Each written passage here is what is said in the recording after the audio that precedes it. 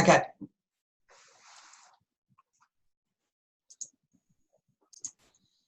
Okay, so Vicky, thank you for allowing yourself to be interviewed and to be ready to open up for some questions that I have for you.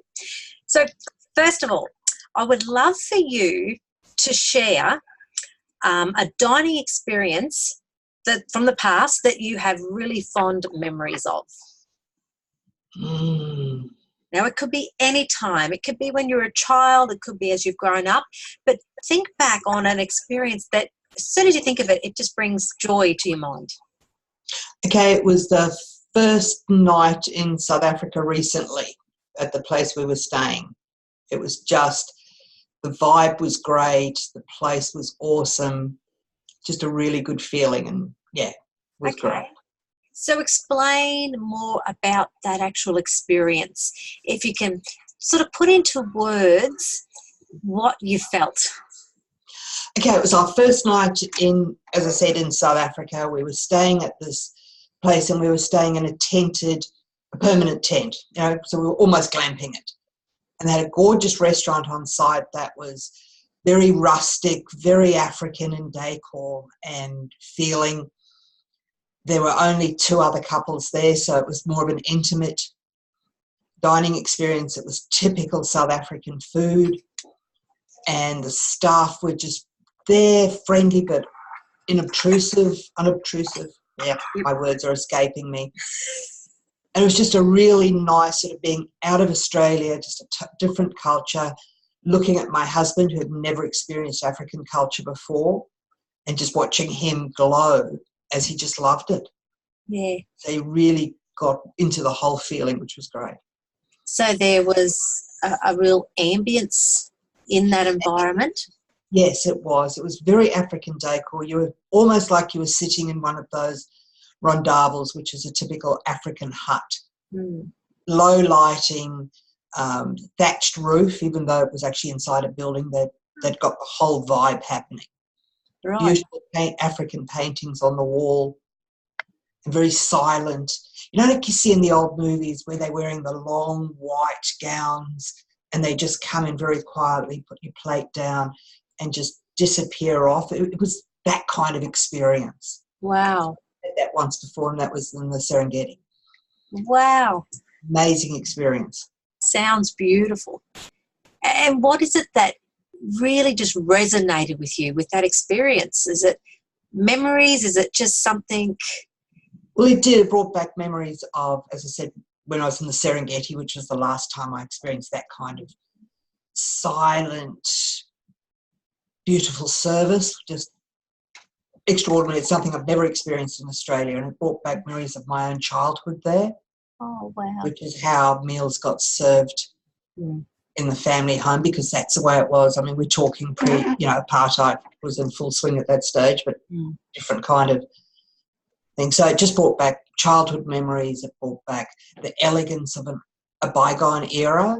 Yep. Okay. You look at films out of Africa with Karen Bixby's kind of story and things like that. It was that kind of vibe. It was really elegant, I guess. Wow. Okay. It sounds amazing. Sounds absolutely amazing. So if money was no issue, what would be the perfect dining experience for you? I guess I'd be recreating that feeling that we had that night. As I said, for my husband, it was his first experience of a totally different culture and, fine dining, African style. Wow. And so it was just that whole, I would love to recreate that here. Oh, yeah. Yep. Just that whole, I guess, the ambience, the atmosphere, the whole foreign country kind of feeling. Yep. It's just like, wow, we really are in Africa now, and this is how it feels. And so who would you take with you to this dining experience? I would actually like to take my son and daughter next time. Yeah? Yeah, get them to experience what used to be my culture. Yes. And that way of living. So it tied me back to my African roots in a big way.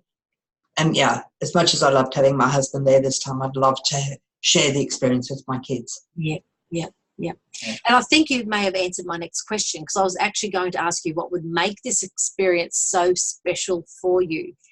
And so why would having them make this so special? Because it would be sharing my roots. It would be sharing where I came from, the life I used to live. Right. Because, as I said, that is how we used to dine. Mm. This is back like early 70s, late 60s, early 70s. Just that whole experience is just something you can't get here. Yeah, yeah. So with that in mind, I want you to imagine this setting, imagine this experience, and can you describe it for me in your own words? Could you describe what this would be like if you could do something like this in Australia? I actually think recreating it in Australia would lose some of the specialness of being in South Africa doing it in a lot of ways. You couldn't recreate the roar of the lions outside, the cough of the leopards, which we had in that environment. So that you can't recreate. But it's just so special. It'd be lovely. Maybe have it as a tape recording, be in a tent somewhere in the bush, and you just have those sounds outside, because that was part of the ambience. Yes, yes. And So so there was no music playing. There was just... It was the natural raw sounds. Natural raw sounds. So when you think about South Africa and compare it to Australia, what sort of environment could this be done in? Like, where in Australia would suit South Africa? Like, is there any place in Australia that's even similar? It would have to be in national parks. It would have to be, way in the middle of a national park in a clearing. Yep. With, the big tent, those big, like, army tent setups. Yeah. Yep. Would probably be the closest you could get, although this was in a building, a Rondavel. It would probably be the closest you'd get to that experience would be in a big tent, because as I said, there were only two other couples. Yep. So you just had the sound outside, very soft talking, because we were listening to the animal sounds outside. Yeah. Yeah. Here, obviously, is a hell of a lot safer than there. True. You mentioned a Rondavel. Rondavel. And so what is that? It's the traditional African Zulu building, which is round. It's made of sticks, and the actual walls are made of cow dung, compacted. Yes, okay. And it has a thatched roof on it. It's round. It's got a low doorway, which you kind of stoop to get into the smell of the thatch. Yes. The straw roof. And, of course, the cow dung's well and truly dry, so you don't smell it. The floors are made of cow dung that's actually been stamped down to a smooth, glossy surface. Wow. And so where do you sit? You have, we had tables and chairs there, but in the traditional African, it's just stools. Stools and a little table. Yeah, so as in a little table or a long table where everyone just sits around? Long table, because you sit around. Most of the food is communal food. Right.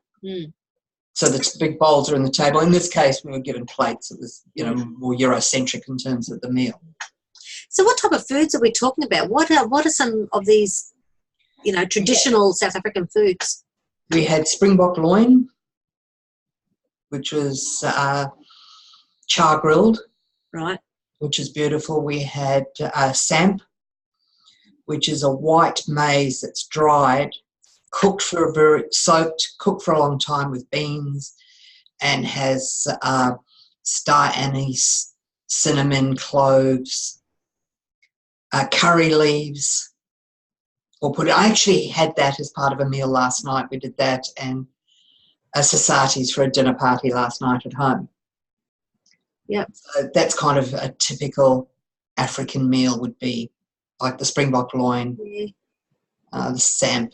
Yeah. And then afterwards we had milk tart, which is like a milk custard tart. Oh, yeah. With Cook Sisters, which are kind of like a donut that's platted, deep fried, but while it's still hot, put into a sugary cinnamony solution, cinnamon, cardamom. Yep. And then taken out so it dries with the crisp. If you think Krispy Kreme donuts, yes, the jam-filled ones that have that, like, glaze on them, except the glaze is slightly spicy. And you don't, and it's platted, it's not filled with anything. Okay, very good. And do they do like appetizers like we have in the traditional Australian sense, or? Not as much. No. It tends to be more a main meal and a dessert than an appetizer and a main meal. Yeah. And what do they drink with it? Like, what's your traditional drink? Beer.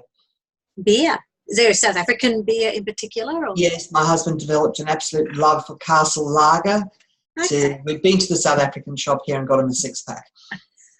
See, food and alcohol over there is so cheap.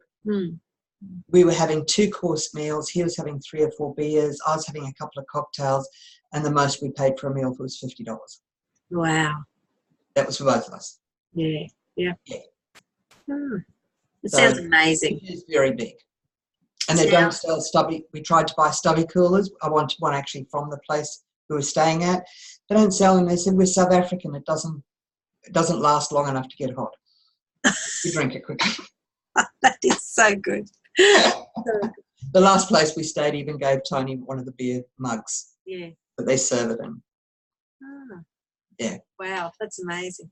Mm. And so when you're in this experience, like you were mentioning about servers. So you would just have people that just come and serve.